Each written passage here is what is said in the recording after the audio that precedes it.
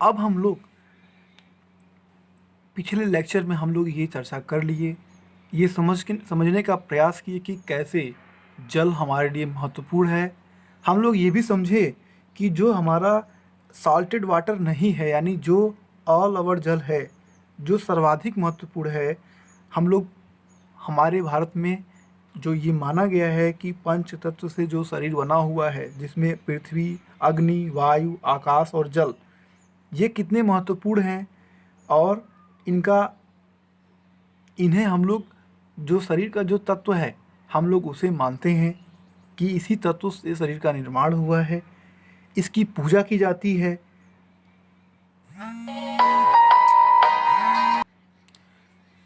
इनकी पूजा की जाती है। पूजा के पीछे, यानी जो पूजा, जल की जो पूजा होती है, उसके पीछे का एक मूल कारण ये भी हो सकता है कि हमारे धरती पे 1% जो जल है वो उपयोग के लिए आसानी से उपलब्ध है। यानी जितना भी पानी हम लोग देखते हैं उसमें केवल 1% जो वाटर है वही हमारे लिए आसानी से उपलब्ध हो सकता है, जिसे हम उपयोग कर सकते हैं। और इसी मात्रा में, इसी 1% में से 73%, यानी 73% जिसे कह सकते हैं, वो कृषि कार्य में चला जाता है, एग्रीकल्चरल में इरिगेशन के लिए यूज़ हो जाता है। इसमें 20% जो होता है वो इंडस्ट्रीज़ में चला जाता है, उद्योगों में चला जाता है। शेष जो बचता है वो घरेलू कार्यों में, मनोरंजन की जो आवश्यकताएं हैं उसमें यूज़ हो जाता है, और पीने के अलावा यूज़ हो जाता है। यानी हम अब ये समझने लायक हो गए हैं कि हमारे लिए पानी कितना महत्वपूर्ण है कि 1% में 73% एग्रीकल्चर में चला जाता है, 20% इंडस्ट्रीज में चली जाती है, और बचा मेरे पास कितना, 73, 20, 93% पानी हमारा इन्हीं कार्यों में यूज़ हो जाता है। अब जो बचा हुआ है उसमें और सारे घरेलू कार्य हैं, मनोरंजन के कार्य हैं, खेल कूद है, दुनिया भर की चीज़ें होती हैं। तो अब हम लोग उसको एक एक करके समझेंगे कि कैसे। और इसमें पिछले जो भी समय बीता, जो दशक बीते, उसमें जो जल संसाधन हैं, वाटर रिसोर्सेज हैं, उसके अंधाधुंध विकास और जो कुप्रबंधन रहा, यानी जो डिसमैनेजमेंट रहा, उससे जल की भारी कमी पैदा हो गई है। हम लोग अब देख सकते हैं, अखबारों में पढ़ते हैं कि शिमला जैसा शहर, जो कि एक ऐसे जगह पे है जहाँ पे बड़े बड़े बर्फीले पहाड़ हैं, जहाँ पे बहुत सारी नदियाँ निकलती हैं उसके आसपास से, वहाँ पे पिछले पिछले यानी 2018 के अंदर सूखे की स्थिति भयंकर, वहाँ पे पानी की किल्लत हो गई थी, वाटर क्राइसिस उत्पन्न हो गया था। फिर हम लोग देखें कि बेंगलुरु में वाटर क्राइसिस हो गया था।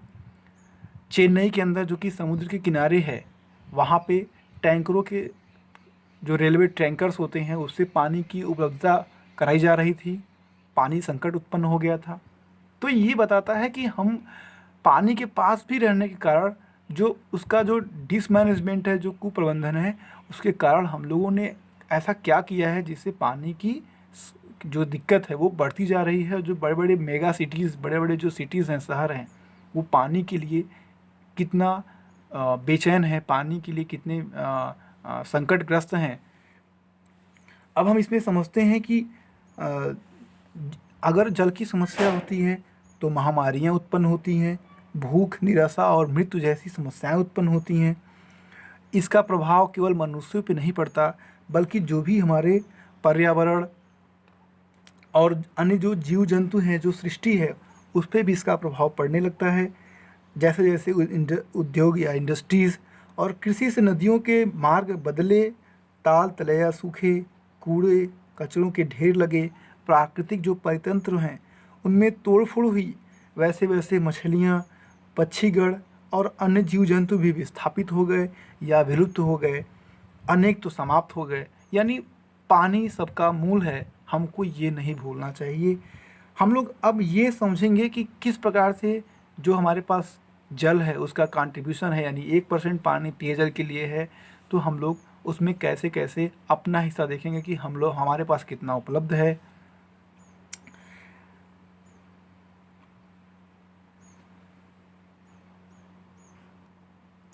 हम लोग अब बात करते हैं कि हमारे पास जो भी जल है, यानी जो सॉल्टेड वाटर नहीं है, उसका केवल पाँचवा हिस्सा यानी पाँचवा भाग ही हमारे पास लिक्विड फॉर्म में अवेलेबल है, यानी वही केवल हमारे पास तरल के रूप में उपलब्ध है और इसी की पुनरावृत्ति होती रहती है। उसी से हम लोगों को जल की आपूर्ति होती रहती है और इसी पे हम लोग बार बार उपयोग करके निर्भर रहते हैं। इसी का जो 90% भाग है, यानी 90% जो भाग है, ये आता है ग्राउंड वाटर का। यानी 90% जो पानी है, 1% का से 70%, 73% चला गया एग्रीकल्चर में, उसमें से 20% चला गया 20% चला गया इंडस्ट्रीज़ में, इसका टू 93% ये चला गया एग्रीकल्चर में और इंडस्ट्रीज़ में, बचा 7%। 7% में हमारे पास इस 7% का, उसमें बहुत सारा अभी हम लोग देखेंगे।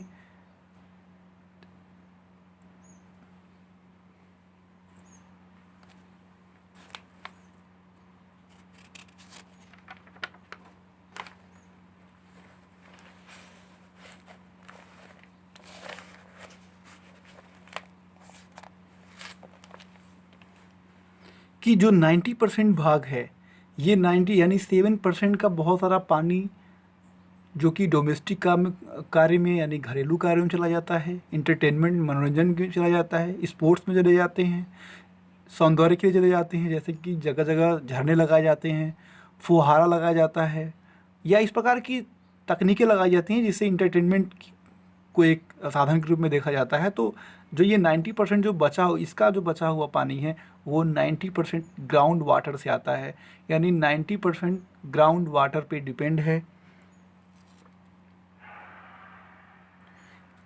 1%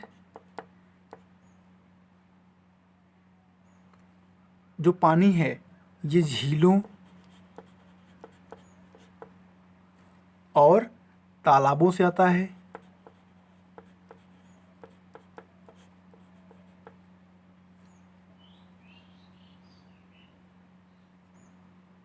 मिट्टी के अंदर पानी केवल 0.2% होता है।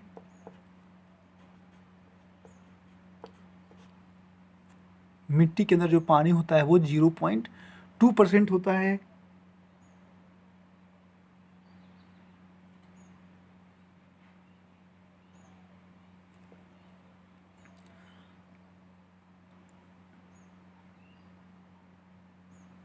हमारा देश, अगर हम लोग एनुअल रेनफॉल को देखें यानी वार्षिक वर्षा को देखें, तो हम लोग बहुत ही संपन्न हैं।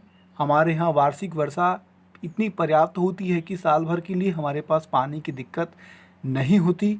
और इस तरीके से अगर हम देखें तो 185 मीटर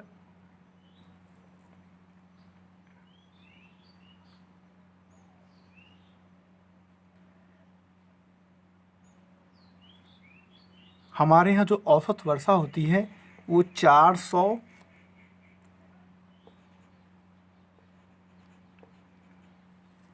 मिलियन हेक्टेयर मीटर होती है, यानी 400 million hectare. This is called M for million, for hectare this is for metre. तो हम लोग कह सकते हैं कि हमारे पास जो औसत वर्षा होती है वो 400 मिलियन हेक्टेयर मीटर होता है, जिसमें 185 मिलियन हेक्टेयर मीटर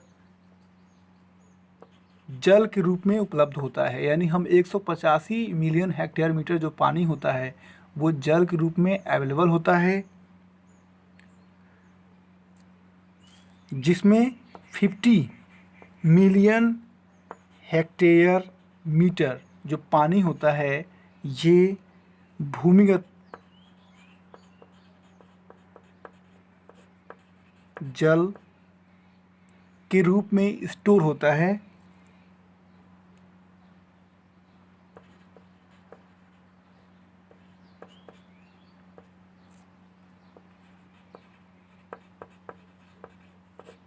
ये भंडारित हो सकता है। यानी टोटल कितना रेनफॉल, पूरी इंडिया की मैं बात करता हूँ, भारतवर्ष की मैं बात कर रहा हूँ, 400 मिलियन हेक्टेयर मीटर बरसात होती है, औसत बरसात, एवरेज रेनफॉल, जिसमें 185 जो मिलियन हेक्टेयर है ये जल उपलब्ध होती है। इसमें 50 मिलियन हेक्टेयर मीटर ये जो पानी है ये ग्राउंड वाटर में जा सकता है, यानी स्टोर हो सकता है। और हम लोग अभी डिस्कस किए कि जो भी हमारे पास पीने वाला पानी है वो, यानी जो उपलब्ध पानी है आसानी से, उसमें 90% जो पानी है वो ग्राउंड वाटर से ही आता है। यानी 90% पानी ग्राउंड वाटर से, और जो बरसात होती है उसमें 50 मिलियन हेक्टेयर मीटर पानी वो ग्राउंड वाटर, यानी टोटल 400 का 50 मिलियन हेक्टेयर मीटर पानी ग्राउंड वाटर में जाता है। यानी हम 350 मीटर इसकी बात नहीं कर सकते। 90% पानी हम लोग ग्राउंड वाटर का इस्तेमाल करते हैं, तो कहीं ना कहीं हमको 50 मीटर हेक्टेयर मीटर जो पानी है इसको पूरी तरीके से रिचार्ज अगर किया जाए तो हम लोग इसको बना सकते हैं, यानी ये हमारा प्रॉपर चैनल में बना रहेगा। अब देखते हैं 165 यानी 165 मिलियन हेक्टेयर मीटर जो पानी होता है ये चला जाता है मिट्टी में। ये मिट्टी में चला जाता है।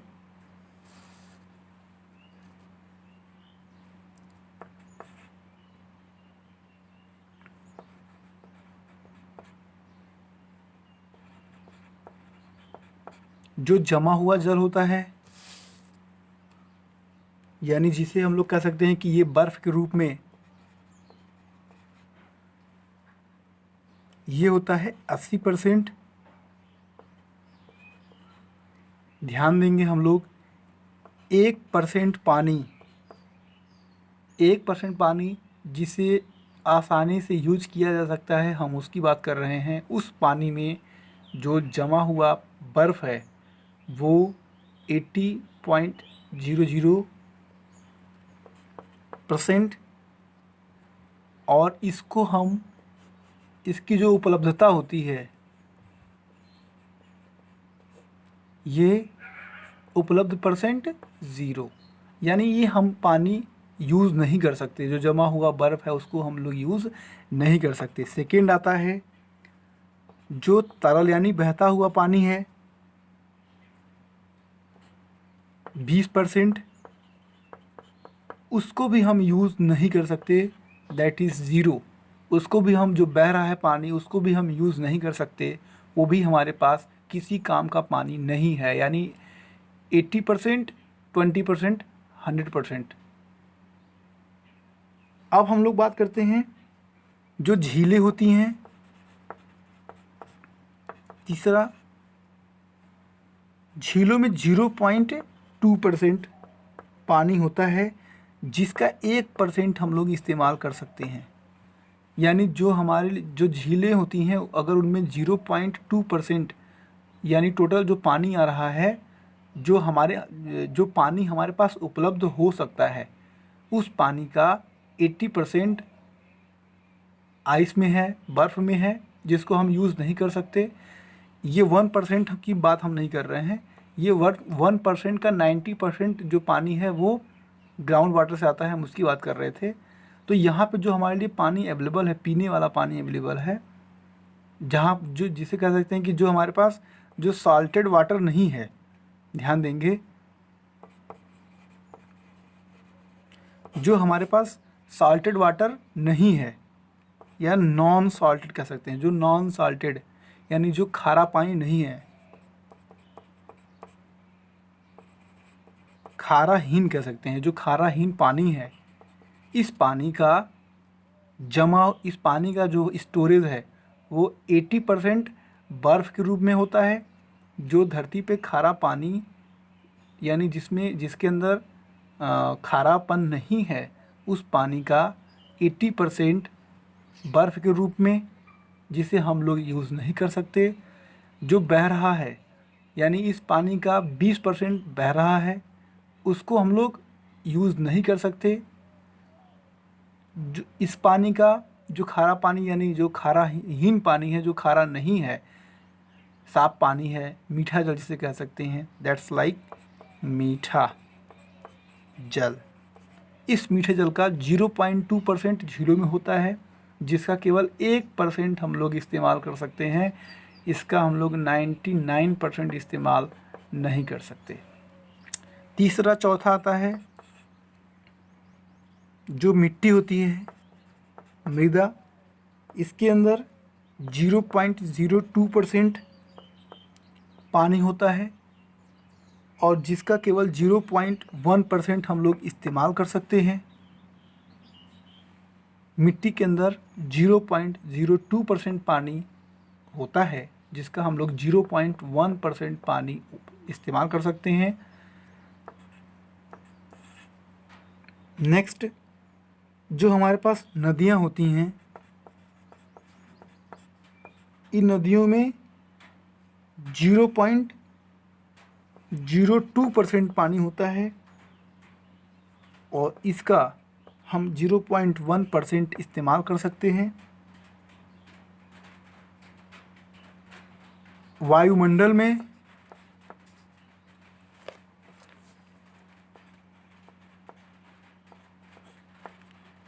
वायुमंडल में 0.2% पानी होता है, जिसका हम लोग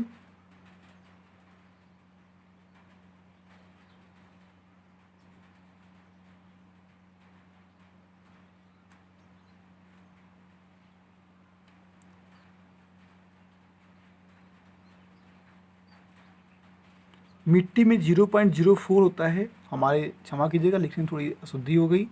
मिट्टी में 0.04% पानी होता है, जिसका हम लोग 0.2% इस्तेमाल कर सकते हैं।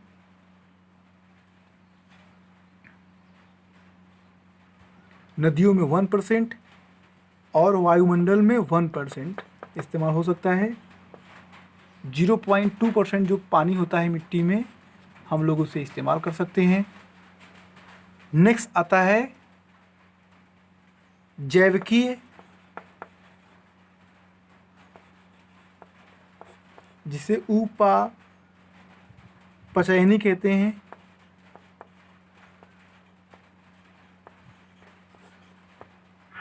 इसका 0.001% पानी उपलब्ध होता है, जिसका हम लोग 0.005% पानी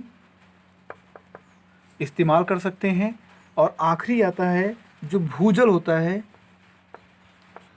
भूजल का यानी ग्राउंड वाटर, जो कि 19.7% पानी हमारा जो है वो ग्राउंड वाटर में जाता है और इसका हम लोग 98.4% हम लोग इस्तेमाल करते हैं। यानी ये बता रहा है कि जो ग्राउंड वाटर है, जो फ्रेश वाटर, जिसे फ्रेश वाटर कहते हैं, वो फ्रेश वाटर आइस के रूप में 80% है, जिसको हम लोग यूज़ नहीं कर सकते। जो बह रहा है पानी 20% फ्रेश वाटर बहते हुए रूप में, जिसको हम लोग यूज़ नहीं कर सकते। फ्रेश वाटर जो कि झीलों में है, जिसका झीलों में 0.2% है, जिसका हम लोग केवल 1% यूज़ कर सकते हैं।